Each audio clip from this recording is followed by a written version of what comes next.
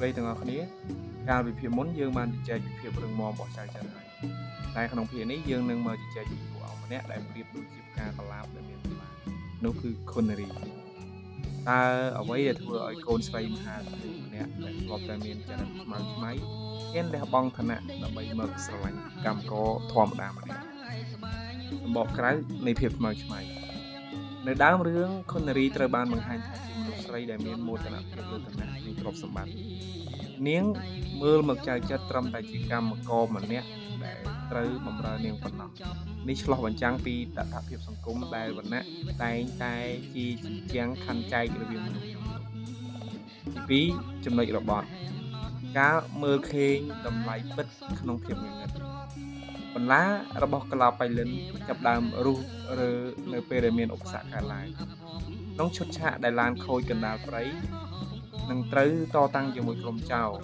ខុនរីបានឃើញពីភាពក្លាហាននិងការលះបង់ជីវិតរបស់ចៅចិត្តដើម្បីការពារគ្រួសារការយកចិត្តទុកដាក់ថែទាំចៅចិត្តនៅមន្ទីរពេទ្យគឺជាពេលវេលាដែលនាងបានវះកាត់ចិត្តខ្លួនឯងនិងលុបបំបាត់ការប្រកាន់វណ្ណៈចេញ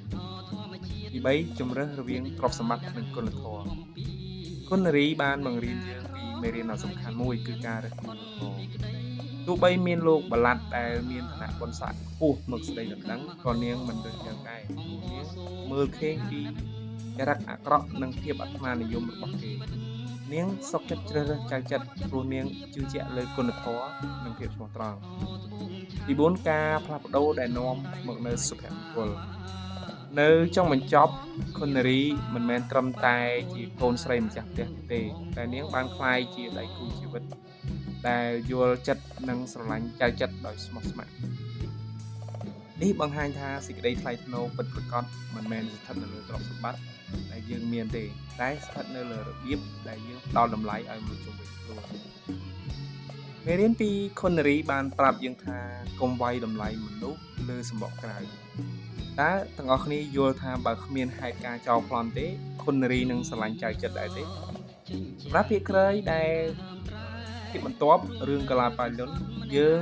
នឹងជជែកពីតួអង្គចិត្តអាក្រក់វិញម្ដងគឺលោកបាឡាត់ហើយនឹងមេរៀននៃភាពអំនួតរបស់គាត់អរគុណសម្រាប់ទាំងអស់គ្នាបានតាមដានស្ដាប់កន្លងមកហើយកុំភ្លេចចូលទៅចុច Subscribe និងដាក់រូបកណ្ដឹងឲ្យខ្ញុំជាការលើកទឹកចិត្តផងអរគុណជួបគ្នានៅភាគក្រោយ